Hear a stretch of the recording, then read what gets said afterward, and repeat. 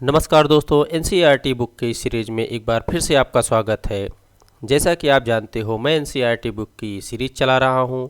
इस सीरीज में मैं आज आपके लिए एनसीईआरटी बुक 7th क्लास की ज्योग्राफी लेकर के आया हूं। तो 7th क्लास में आज हम पहला चैप्टर देखेंगे दोस्तों। ज्योग्राफी सब्जेक्ट में जो हमारा 7th क्लास का पहला चैप्टर है वो है पर्यावरण। तो पर्यावरण के बारे में इस चैप्टर में हम देखेंगे कि पर्यावरण से संबंधित कितनी चीज़ें हैं और पर्यावरण के जो घटक होते हैं, पर्यावरण क्यों महत्वपूर्ण है, पर्यावरण में क्या क्या महत्वपूर्ण चीज़ें होती हैं, उसके बारे में इस चैप्टर में देखेंगे हम दोस्तों। तो जैसा कि आप जानते हो, जो मैं एनसीईआरटी बुक की सीरीज़ चला रहा हूँ, ये सीरीज और ये एनसीईआरटी की बुक उन दोस्तों के लिए बहुत ही महत्वपूर्ण होगी जो सीटेट या स्टेट टेट की तैयारी कर रहे हैं। उनके लिए बहुत ही महत्वपूर्ण एवं बहुत उपयोगी है और किसी भी वनडे एग्ज़ाम में हेल्पफुल करेगी दोस्तों। तो चलो हम लाइन बाय लाइन एनसीईआरटी की बुक को स्टार्ट करते हैं। लंबी छुट्टी के बाद जब रवि स्कूल जा रहा था, तब उसने देखा कि उसके स्कूल के निकट के खेल के मैदान में खुदाई हो गई थी। वहीं एक मैदान उसके खेलने के लिए वहां पर था। लोगों ने बताया कि वहां अनेक फ्लैटों वाली एक बड़ी इमारत बनेगी। जब रवि को समझ आया कि मुलायम घास, गेंदे के फूल एवं तितलियां वाला विशाल मैदान अब हमेशा के लिए नष्ट हो चुका है, तो उसकी आंखों में आंसू छलकने लगे। उसने यह बात अपने सहपाठियों को बताई। सुबह की सभा में प्रधानाचार्य ने भी बहुत उदास से कहा, देखो कैसे हमारा पर्यावरण बदल रहा है। तो ये जो इंट्रोडक्शन पार्ट था, इससे ये पता लगता है कि पर्यावरण में क्या क्या आता है और पर्यावरण किस तरीके से बदलता है। आगे देखते हैं। कक्षा में पहुंचकर रवि ने अपने शिक्षक से पूछा, पर्यावरण क्या है। तो यहाँ पे दोस्तों पर्यावरण के बारे में पता लगता है कि पर्यावरण क्या है, जो बहुत ही महत्वपूर्ण है। पर्यावरण किसे कहते हैं? जो कुछ भी आप अपने आसपास देखते हैं वो सब कुछ पर्यावरण है और पर्यावरण का भाग कहलाता है। तो आप जब सुबह उठते हो और आपके आसपास जो भी चीज़ें दिखाई देती हैं, चाहे वो पेड़ हो, जंगल हो, मैदान हो, भवन हो, गाड़ी हो, ये आवाज़ हो, ये सभी चीज़ें दोस्तों ये पर्यावरण के पार्ट होते हैं। ये सभी पर्यावरण के घटक हैं। शिक्षक ने बताया। रवि कहने लगा, इसका अर्थ कि स्कूल, भवन, मेज, कक्षा में रखी कुर्सियाँ, यहाँ तक कि खुले मैदान, सड़क, कूड़ा करकट, मेरे दोस्त, ये सभी हमारे पर्यावरण के अंग हैं। शिक्षक ने कहा, हाँ लेकिन जरा रुको, तुम वस्तुओं का निर्माण प्रकृति से किया है, कुछ वस्तुओं का निर्माण प्रकृति ने किया है। तो देखो दोस्तों, यहाँ पे कहा जा रहा है कि कुछ ऐसे भी वस्तु हैं जिसका निर्माण मानव ने नहीं किया है, उसका निर्माण प्रकृति के द्वारा यानी भगवान के द्वारा किया गया है। जैसे पर्वत है, नदियाँ हैं, पेड़ हैं, प्राणी हैं, आदि सभी चीज़ों का निर्माण प्रकृति द्वारा हुआ है, जबकि अन्य का निर्माण मानव ने किया है। मानव के द्वारा क्या किस किस चीज़ का निर्माण किया गया है? जैसे सड़क होता है, सड़क को मानव बनाता है, गाड़ियों को मानव बनाता है, कपड़े मानव बनाता है एवं किताब जैसी चीज़ों को मानव बनाता है। इन सभी चीज़ों को मानव द्वारा निर्मित किया जाता है। अब दो दो छात्र मिलकर कार्य कीजिए। अपने निकट बैठे सहपाठी के साथ मिलकर प्रकृति एवं मानव द्वारा निर्मित वस्तुओं की सूची बनाइए। ऐसा इस बुक में कहा जा रहा है। जब आप साथ में बैठकर मानव निर्मित एवं प्रकृति द्वारा निर्मित वस्तुओं की सूची बनाएंगे तो उससे स्पष्ट हो जाएगा कि मानव निर्मित वस्तुएं कौन कौन सी हैं और प्रकृति द्वारा निर्मित कौन कौन सी वस्तुएं हैं। पर्यावरण के बारे में यहाँ पर महत्वपूर्ण जानकारी दी हुई है, इसको भी पढ़ते हैं। पर्यावरण हमारे जीवन का मूल आधार है। यह हमें सांस लेने के लिए हवा, पीने के लिए जल, खाने के लिए भोजन एवं रहने के लिए भूमि प्रदान करता है। तो आप देख रहे हो पर्यावरण हमारे लिए कितना महत्वपूर्ण है। पर्यावरण से हमें कौन कौन सी महत्वपूर्ण चीज़ें मिल रही हैं, जैसा कि आप देख रहे हो यहाँ सांस लेने के लिए हवा मिल रही है और पीने के लिए जल यही पर्यावरण से मिल रहा है और खाने के लिए भोजन भी मुझे पर्यावरण से मिलता है और रहने के लिए भूमि प्रदान करता है। ये सभी चीज़ें पर्यावरण से मिलती है। अब आगे देखते हैं। जैसा कि इसमें कहा गया है कि दो दो लोग मिलकर के सूची बनाओ। तो रवि, परमजीत, जेम्सी, मुस्तफ़ा, आशा सभी एक सूची बनाने के लिए उत्सुक थे। इस प्रकार की सूची को बनाने के लिए ये सभी दोस्त इच्छुक थे। इकबाल ने पूछा, हमारा पर्यावरण क्यों बदल रहा है? शिक्षक ने उत्तर दिया, ऐसा हमारी ज़रूरतों के कारण होता है, ये दिन प्रतिदिन बढ़ती जा रही है। जैसा कि आप भी जानते हो दोस्तों, दिन प्रतिदिन संख्या बढ़ रही है, और जब जनसंख्या बढ़ रही है तो उस हिसाब से ज़रूरतें भी बढ़ती जा रही हैं। यहाँ पे इस इमेज को देखो आप, इस इमेज के माध्यम से आप समझने का प्रयास करो दोस्तों। ये पर्यावरण के घटक हैं, और पर्यावरण के कितने घटक यहाँ पे दिख रहे हैं आपको? एक प्राकृतिक, दूसरा मानव निर्मित, तीसरा मानव स्वयं है दोस्तों। तो यहाँ पर पर्यावरण के 3 घटक हैं। अगर हम प्राकृतिक घटक की बात करें, प्राकृतिक घटक की अगर हम बात करें तो प्राकृतिक घटक में आप देखो क्या क्या आते हैं। प्राकृतिक घटक में जैवमंडल आता है, सॉरी दोस्तों, प्राकृतिक घटक में सबसे पहले आता है जलमंडल, जहाँ पर सिर्फ और सिर्फ जल की अधिकता पाई जाती है, उसे जैवमंडल कहा जाता है। दूसरे नंबर पर वायुमंडल आता है, वायुमंडल जिसमें वायु की अधिकता पाई जाती है, वायु ही रहती है। तीसरे पर स्थल मंडल आता है, जिस पे हम रहते हैं, कृषि करते हैं, पर्वत पठार पाए जाते हैं, वो स्थल मंडल होता है। अगला आता है दोस्तों सजीव मंडल। सजीव मंडल वैसा स्थल मंडल, वैसा वो मंडल है जहाँ पर इन तीनों चीज़ों का मिश्रण पाया जाता है। वहाँ पर आपको जल भी देखने को मिलेगा, वायु भी मिलेगी, और स्थल भी देखने को मिलेगा। जहाँ पर स्थल के क्षेत्र में वह एक सकरा स्थान, वो एक पतला स्थान जो कम क्षेत्रफल में फैला होता है, जहाँ पर ये तीनों चीज़ें मौजूद होती हैं, उसे सजीव मंडल कहा जाता है। क्योंकि दोस्तों इसी सजीव मंडल पर ही जीव रहते हैं और जीव अपना वास बनाते हैं। आगे दोस्तों इसके बाद मानव निर्मित पर्यावरण घटक के बारे में देखते हैं।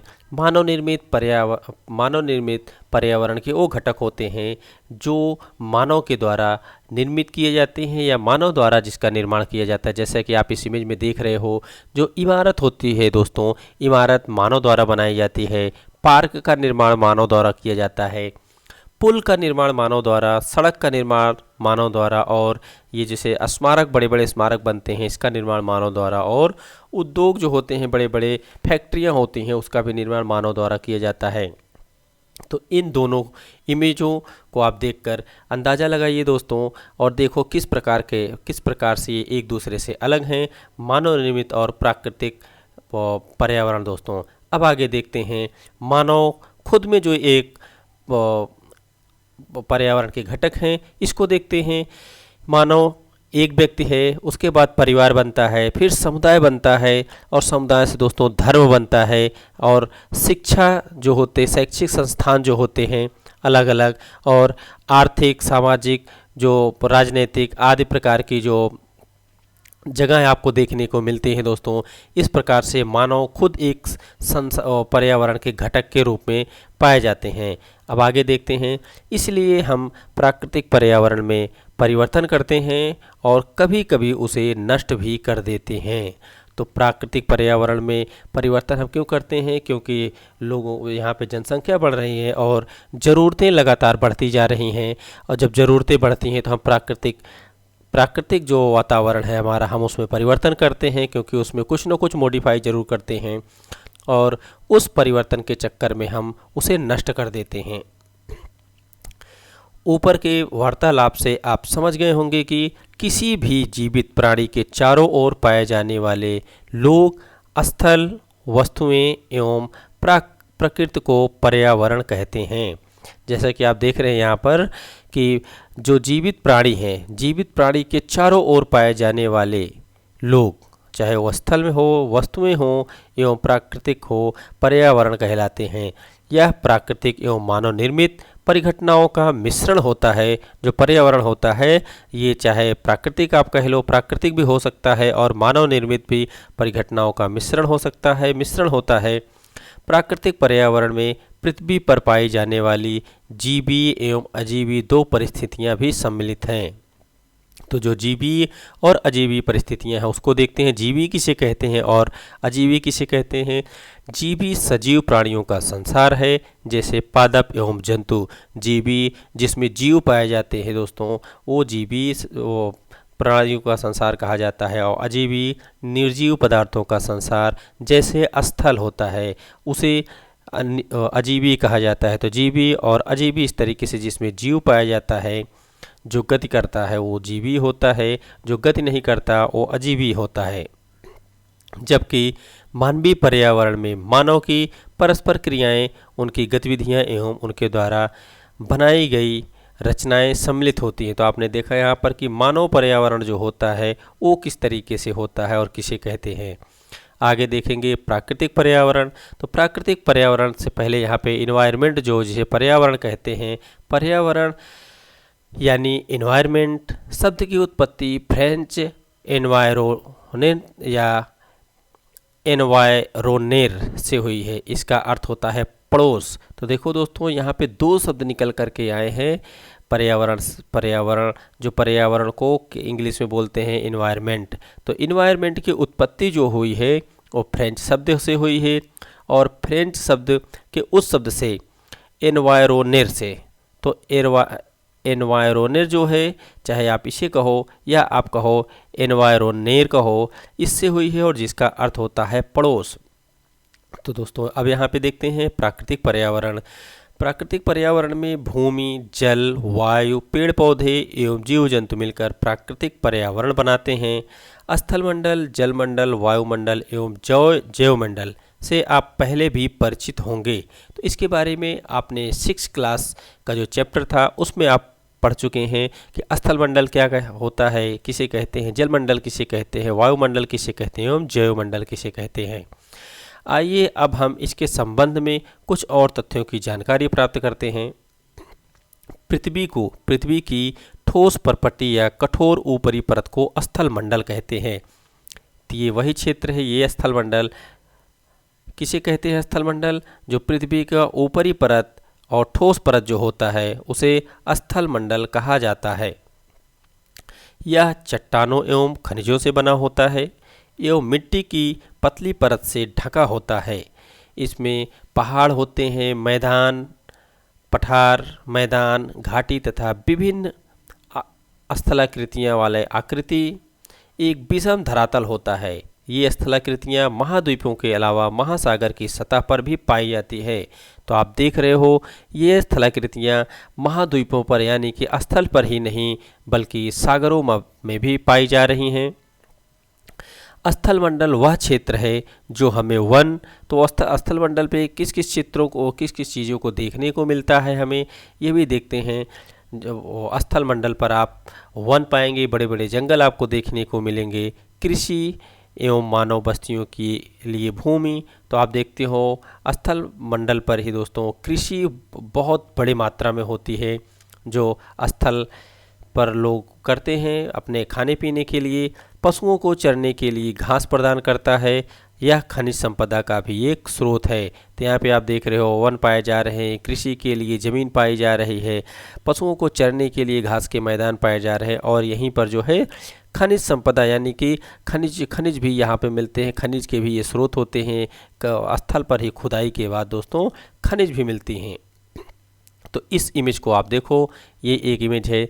इसमें यहाँ पे आप देख रहे हो जो क्षेत्र है, जो मैदानी भाग है, इसको कहते हैं स्थलमंडल, और जहाँ पे जल ही जल दिखाई दे रहा है इसे जलमंडल कहते हैं, और जहाँ पर सिर्फ और सिर्फ वायु, हवाएं या गैसें दिख रही है उसे कहते हैं वायुमंडल, और जो क्षेत्रफल तीनों को मिलाता है दोस्तों उसे जैवमंडल कहते हैं। जैसे कि आप देख रहे हो यहाँ पर ऊपर थोड़ा सा वायुमंडल का क्षेत्र है, यहाँ पर स्थलमंडल का क्षेत्र है और जलमंडल का। तो जहाँ पर ये तीनों मिलते हैं उसे कहते हैं जैवमंडल। आगे देखते हैं, जल के क्षेत्र को जलमंडल कहा जाता है। जहाँ पर जल की अधिकता पाई जाती है, जहाँ जल होते हैं उसे जलमंडल कहते हैं। यह जल के विभिन्न स्रोतों जैसे नदी, झील, समुद्र, महासागर आदि जैसे विभिन्न जलाशयों से मिलकर बनता है। यह सभी प्राणियों के लिए आवश्यक होता है। जो जलमंडल होता है वहाँ पर जल बहुत अधिक मात्रा में पाए जाते हैं। अब जल अधिक मात्रा में क्यों पाए जाते हैं? क्योंकि वहाँ पे नदियों का भी स्रोत होगा, वहाँ पर झीलें भी होंगी, समुद्र भी होंगी, महासागर भी होंगे। इन सभी के मिश्रण से या इन सब के माध्यम से वहाँ जलों का भंडार होगा, इसलिए इसे जलमंडल कहा जाता है। पृथ्वी के चारों ओर फैली वायु की पतली परत को वायुमंडल कहा जाता है। जैसा कि आप जानते हो, पृथ्वी के चारों ओर वायु की पांच परत लगी हुई है, जिसके अंदर पृथ्वी है। तो पृथ्वी के चारों तरफ जो गैसें हैं उसे वायुमंडल कहा जाता है, जो बहुत मोटे परतों में बनी हुई है। पृथ्वी का गुरुत्वाकर्षण बल अपने चारों ओर से वायुमंडल को थामे हुए है। अभी पृथ्वी का गुरुत्वाकर्षण बल ही है जो वायुमंडल को थामे हुए है। इस वजह से ये अलग नहीं हो पा रहे हैं। यह सूर्य की सुलझने वाली गर्मी एवं हानिकारक किरणों से हमारी रक्षा भी करती है। तो दोस्तों, जो वायुमंडल में 5 परत गैसों की, या आप कह सकते हो वायु की 5 परतें पाई जाती हैं, वे हमें सूर्य की इस तपिश जैसे गर्मियों से हमारी रक्षा करती है। क्योंकि सूर्य की इतनी अधिक, सूर्य की आप कह सकते हो सूर्य से जो किरणें आती हैं उसमें इतनी अधिक गर्मी होती है, उसकी ऊष्मा इतनी तेज होती है कि हमें 1 मिनट में झुलसा सकती है। लेकिन ये जो गैस की या हवा की, वायु की परतें हैं, ये उस गैस में जो झुलसने वाली गर्मी होती है उसको रोक लेती है और पृथ्वी तक नहीं पहुंचने पाती वो झुलसने वाली गर्मी सूर्य की। तो इस तरीके से ये गैसें, ये वायु हमारी रक्षा करती हैं। इसमें कई प्रकार की गैसें, धूल कण एवं जल वाष्प उपस्थित रहते हैं। जैसा कि आपने देखा, इसमें कई प्रकार के गैसें उपस्थित रहती हैं, धूल कण उपस्थित रहते हैं, जल वाष्प भी उपस्थित रहते हैं। वायुमंडल में परिवर्तन होने से मौसम एवं जलवायु में भी परिवर्तन देखने को मिल जाता है। दोस्तों, जैसे जैसे वायुमंडल में परिवर्तन होता है वैसे वैसे जलवायु में भी परिवर्तन देखने को मिलने लगता है। पादप एवं जीव जंतु मिलकर जैवमंडल या सजीव संसार का निर्माण करते हैं। तो पादप एवं जीव जंतु के बारे में आपने पढ़ लिया कि पादप एवं जीव जंतु किसे कहते हैं। जो जीवी प्राणी होते हैं उसे पादप एवं जीव जंतु कहते हैं। दोस्तों, जो जैवमंडल या सजीव संसार का निर्माण करते हैं, जहाँ पे सभी प्रकार के जीव जंतु रहते हैं।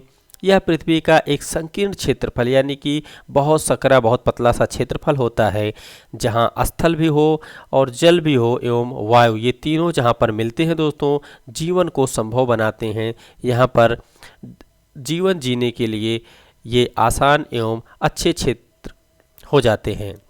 यहाँ पर जीवन जीना संभव हो जाता है। परितंत्र क्या है? परितंत्र पढ़ने से पहले दोस्तों यहाँ पर एक छोटी सी जानकारी, लेकिन बहुत महत्वपूर्ण है, इसको पढ़ता हूँ। परितंत्र वह तंत्र जिसमें समस्त जीवधारी आपस में एक दूसरे के साथ तथा पर्यावरण के उन भौतिक एवं रासायनिक कारकों के साथ परस्पर क्रिया करते हैं।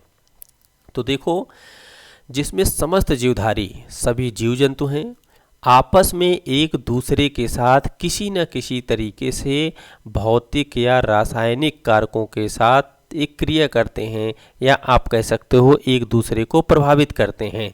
जिस तरीके से आप अगर एक गांव में हो या आप शहर में हो, तो आपकी सारी ज़रूरतें आप स्वयं पूरा नहीं कर सकते।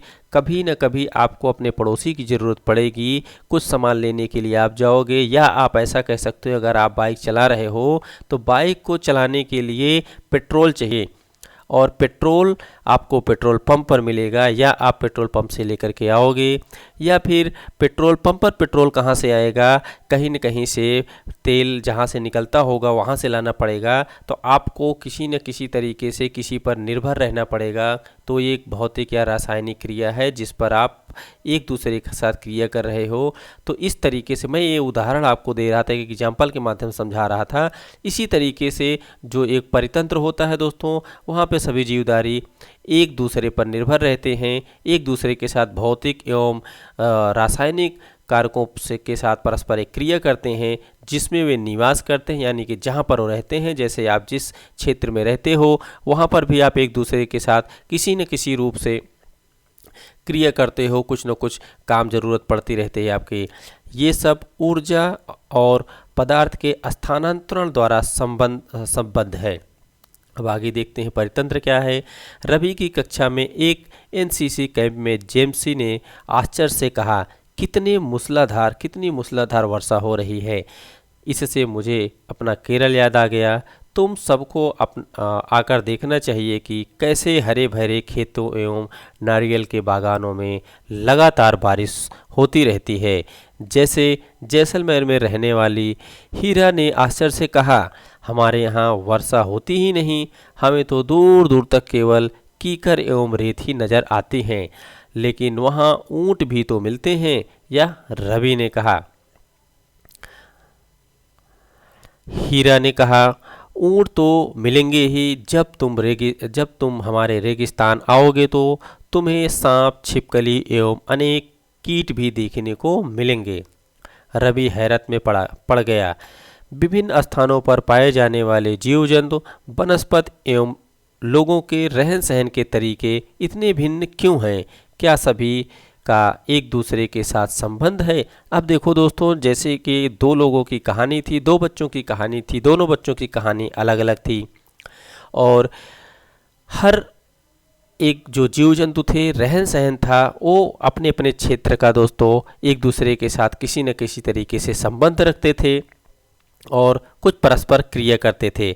आगे भी पढ़ते हैं, बिल्कुल बहुत संबंध है। यह शिक्षक ने कहा, सभी पेड़ पौधे, जीव जंतु एवं मानव अपने आसपास के पर्यावरण पर आश्रित होते हैं।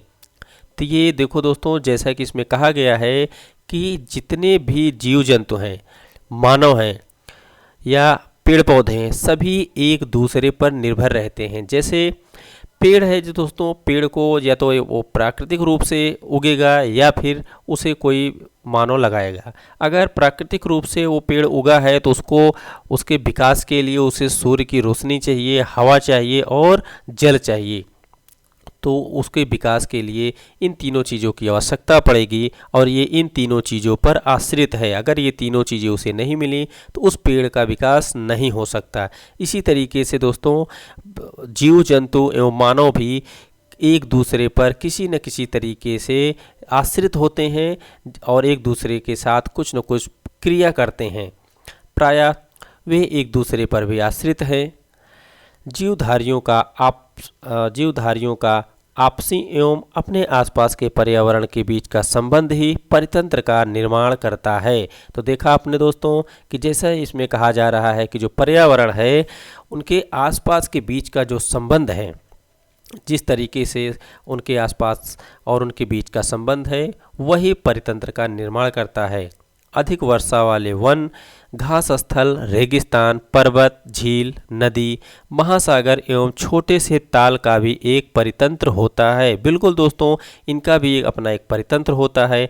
अगर हम बात करें घास स्थल, एक छोटा सा एग्जाम्पल लें घास स्थल की, तो जहाँ पर एक बहुत बड़े मैदान में या छोटे से मैदान में जहाँ बहुत से घास होंगे, उस घास में छोटे छोटे कीड़े मकोड़े भी पाए जाएंगे। अगर वहाँ पे कीड़े मकोड़े पाए जा रहे हैं दोस्तों, तो वहाँ पे आपको चिड़िया भी देखने को मिलेंगी।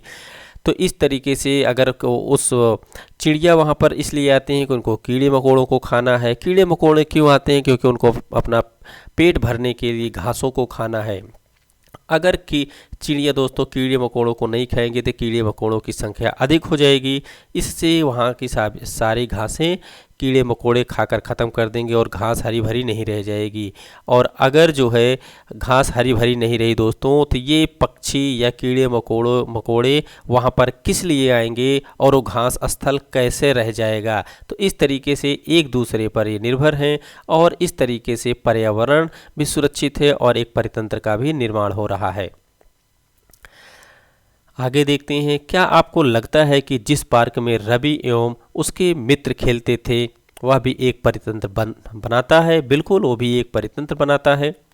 यहाँ पर एक छोटा सा इमेज दिया है दोस्तों, वस्तु विनिमय पद्धति के बारे में। तो वस्तु विनिमय पद्धति किसे कहते हैं? यह वस्तुओं की अदला बदली का व्यापार है। इसमें धन का प्रयोग नहीं होता। इसमें एक व्यक्ति अपने ज़रूरत के हिसाब से कोई वस्तु लेता है, उसके बदले पर उस व्यक्ति की ज़रूरत के हिसाब से कोई धन उसे देता है। तो इसमें वस्तु की अदले बदली होती है दोस्तों। आगे देखते हैं मानवीय पर्यावरण के बारे में देखते हैं। मानव अपने पर्यावरण के साथ परस्पर क्रिया करता है और उसमें अपनी आवश्यकता के अनुसार परिवर्तन करता है। प्रारंभिक मानव ने स्वयं को प्रकृति के अनुरूप बना लिया था। उनका जीवन सरल था एवं आसपास की प्रकृति से उनकी आवश्यकताएं पूरी हो जाती थी। साथ ही समय के साथ कई प्रकार की आवश्यकताएं बढ़ी। मानव ने पर्यावरण के उपयोग और उनमें परिवर्तन करने के तरीके सीख लिए। उसने फसल उगाना, पशु पालन एवं अस्थायी जीवन जीना सीख लिया। तो आप इसमें देख रहे हो कि मानव पहले किस तरीके से रहते थे और धीरे धीरे उसमें किस तरीके के परिवर्तन आए और वो फसल उगाना सीख लिए, पशुपालन करना सीख लिए और अस्थायी जीवन जीना सीख लिए। इसका मतलब इसके पहले ये सारी चीज़ें इनको नहीं आती थी, ये तरीका इनको नहीं पता था।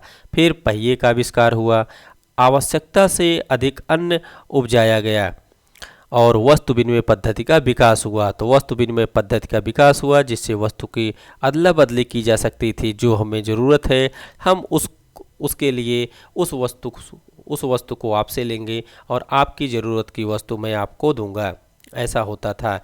व्यापार आरंभ हुआ एवं वाणिज्य का विकास हुआ। औद्योगिक क्रांति के बड़े पैमाने पर उत्पादन प्रारंभ हो गया। परिवहन तेज गति से प्रारंभ हुआ। सूचना क्रांति से पूरे विश्व में संचार सहज और द्रुत हो गया। तो आप देख रहे हो किस तरीके से ये अचानक बदलाव आया और लगातार परिवर्तन होता गया। क्या आप जानते हैं कि आप गर्मी में रसीले तरबूज एवं सर्दी में भुनी हुई मूंगफली खाना क्यों पसंद करते हैं? प्राकृतिक एवं मानवीय पर्यावरण के बीच सही संतुलन होना आवश्यक है। मानव को पर्यावरण के साथ समरसता से रहने एवं उसका उपयोग करना सीखना चाहिए। तो जैसा कि इसमें आपने पढ़ा, अगर आप पर्यावरण के साथ सामंजस्य नहीं बनाते हो, पर्यावरण के साथ तालमेल नहीं रखते हो, तो इससे आपके स्वास्थ्य पर फर्क पड़ेगा और लगातार आप बीमार रहने लगेंगे। रवि की कक्षा में मिजोरम की एक लड़की है नूरी। वह अक्सर अपने स्थान की हरियाली की बात करती रहती है। खेल का मैदान नष्ट होने के कारण रवि की उदासी देखकर नूरी ने उसे आने वाली छुट्टी में अपने घर मिजोरम आने को कहा। रवि के शिक्षक ने सभी बच्चों से कहा कि छुट्टियों में वे जिन स्थानों पर जाएंगे वहाँ की भूदृश्य यानी भूमि की जो दृश्य है, घरों एवं लोगों की क्रियाकलापों का चित्र बनाकर लाएं। तो दोस्तों, इस तरीके से आज NCERT ज्योग्राफी सब्जेक्ट क्लास 7 का पहला चैप्टर समाप्त होता है। इस चैप्टर में हमने पढ़ा पर्यावरण के बारे में, पर्यावरण के महत्वपूर्ण घटक के बारे में, जो पर्यावरण के महत्वपूर्ण 3 घटक हैं। उसके साथ साथ हमने पर्यावरण के जो प्राकृतिक घटक है उसके बारे में पढ़ा। प्राकृतिक घटक में जैवमंडल, स्थलमंडल, जलमंडल एवं वायुमंडल एवं जैवमंडल के बारे में पढ़ा। मानव निर्मित पर्यावरण के बारे में पढ़ा। मानव पर्यावरण के बारे में पढ़ा। जो पर्यावरण के घटक थे उनके बारे में पढ़ा और महत्वपूर्ण जो बिंदु थे उस पे हमने डिस्कस की दोस्तों। तो इस तरीके से हमारा चैप्टर समाप्त होता है। अब हम मिलेंगे अगले वीडियो में, तब तक के लिए जय हिंद।